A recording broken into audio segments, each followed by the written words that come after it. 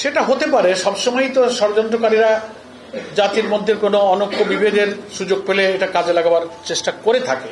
তা আমরা মনে করি যে বিএনপি, তাদেরকেও আমরা দেশপ্রেমিক রাজনৈতিক দল মনে করি, তারাও ফ্যাসিবাদ সংগ্রামে আমাদের সহযোদ্ধা। এই সংকটকে এমন জায়গায় তারা নিয়ে যাবেন না। আমরা একটা পরমত সহিষ্ণুতা এবং জাতির মৌলিক ইস্যুতে একটা জাতীয় ঐক্যের পরিবেশ তৈরি করে নাশকতাকারীদের অবশিষ্ট চক্রান্তটা আমরা নিঃশেষ করে দিতে পারি। এটি অবাধ নিরপেক্ষ নির্বাচনের পরিবেশে একটা ঐক্যমত গড়ে তোলে।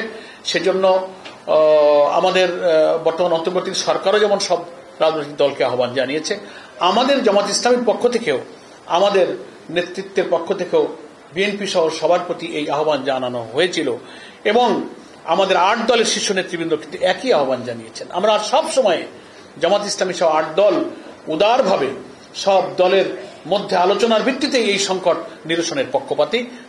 আমরা আপনাদের মতো গণমাধ্যমে দেখেছি যে একটি দলের মহাসচিব তিনি বলছেন যে আওয়ামী লীগের সব মামলা আমরা তুলে নেব। তার একটা ব্যাখ্যা অবশ্য নিউজে আসার পরে তিনি স্টেটমেন্ট দিয়েছেন। একজন জাতীয় নেতা যখন একটা খবর প্রচারের পর কোনো ব্যাখ্যা দেন, আমরা সেটাকে ইতিবাচকভাবেই দেখতে চাই। তবে খবরটা ভিডিও আমরাও দেখেছি, আপনারাও দেখেছেন, পুরো ভিডিও বক্তব্য কিন্তু এটা পরিষ্কার হয়েছে যে আওয়ামী লীগের সব মামলা আমরা তুলে নেব। এই সেন্টেন্সটা কোট আনকোট কিন্তু ভিডিওতে দেখা যাচ্ছে। তারপরেও তিনি একটা ব্যাখ্যা দিয়েছেন জাতি এটা কিভাবে গ্রহণ করবে, যে এই কথাটা তো জনগণের উপরে আমি ছেড়ে দিলাম, যে এত বড় অপরাধীদের সব মামলা শব্দটা উল্লেখ আছে, সব মামলা। তো এটা সমস্ত বা সব মামলার এই কথাটা জনগণ তো ভালোভাবে নেয়নি, এটা প্রশ্নবিদ্ধ।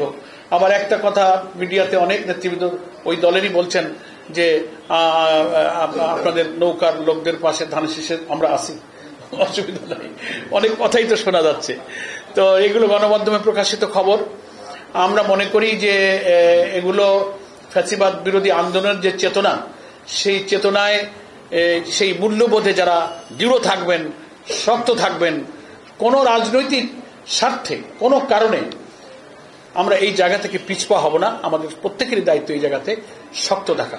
সেই জন্য আমরা এটাকে জনগণের উপরে ছেড়ে দিলাম।